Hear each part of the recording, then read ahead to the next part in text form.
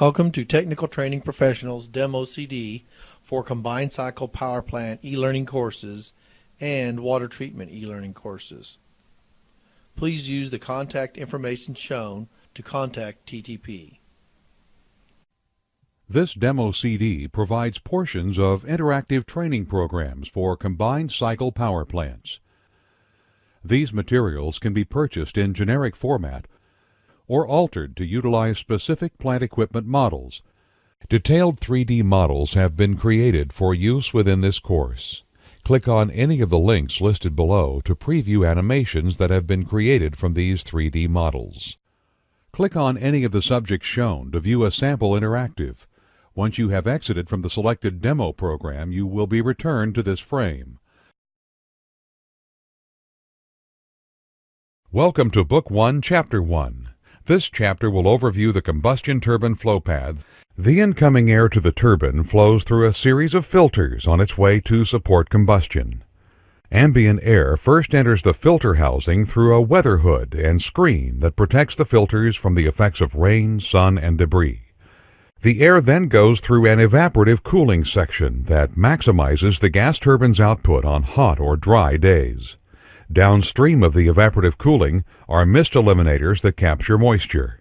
Downstream of the mist eliminators, the air passes through the inlet silencer that is used to lessen the noise coming from the inlet air and the compressor inlet.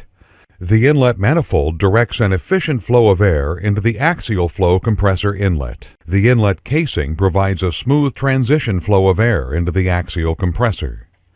Click on the video button to view an animation of the inlet air system. The inlet casing also provides access to the thrust bearing and the inlet journal bearing. Variable inlet guide vanes are located in the inlet casing directly in front of the first row of compressor blades. The vanes are used to regulate the amount of air entering the compressor. Stationary blades, or blade rings, are positioned before each of the sets of rotating blades. The positioning of these stationary blades efficiently directs the air to the oncoming rotating blades. The rotor is made up of a bladed compressor spindle and a bladed turbine spindle that is bolted together to make a single shaft. To view an animation of the compressor, click on the button provided. The compressor consists of 16 rows of individually removable rotating blades.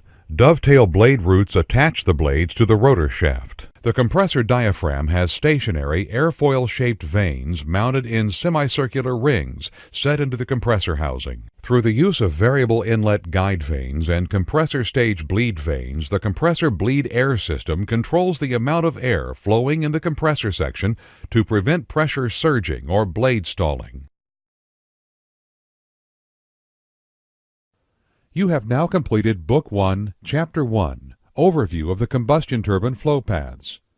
For this demo, click Continue to move to Book 4, Chapter 1, Overview of Combustion Turbine Controls. Welcome to Book 1, Chapter 1, Overview of HRSG Function. This chapter will briefly describe the purpose of the HRSG and its fundamental design. The function of the Heat Recovery Steam Generator System, or HRSG, is to transfer heat from the combustion turbine exhaust gases to the water and steam contained inside HRSG tubes. Exhaust gases which pass over HRSG tubes provide the heat that is used to either produce steam or to superheat steam. This heat transfer process produces the main steam, intermediate pressure steam, reheat steam, and low pressure steam at the pressures and temperatures required by the steam turbine.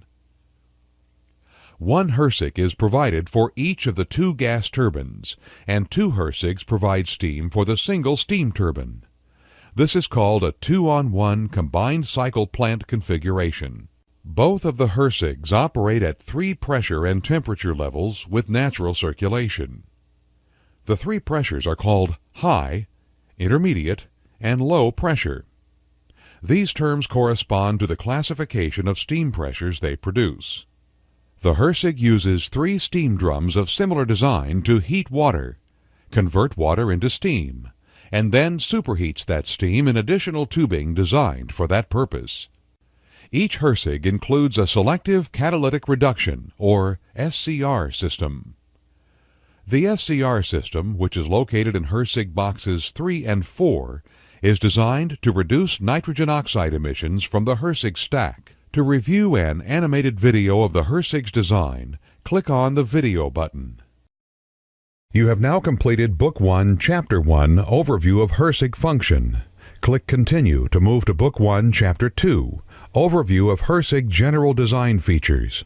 Click Exit to exit the course. Welcome to Book 1, Chapter 2, Overview of HRSG General Design Features. 3 steam drums, which operate at high pressure, intermediate pressure, and low pressure, receive a steam and water mixture coming from their respective evaporator tube sections. As this steam-water mixture enters one of the 3 drums, it first passes through the primary steam separator, where water and steam are separated.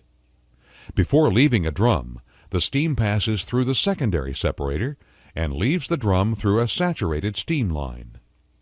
The LP, IP, and HP drums are designed to contain the expansion or swell of their individual evaporators, which occurs during startup due to the expansion of water that is being heated.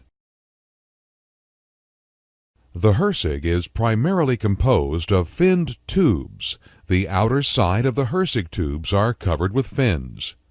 These fins are designed to enlarge the tube's surface area to increase the rate of heat transfer. Boiler racks are rows of finned tubes that are welded to distribution and collection manifolds. Boiler modules are composed of racks which are arranged together. The inflow to outflow in a pipe rack can be from the top header to the bottom header, or from the bottom header to the top header. The headers of adjacent boiler racks are placed against each other in order to avoid bypass flow of exhaust gases outside the modules.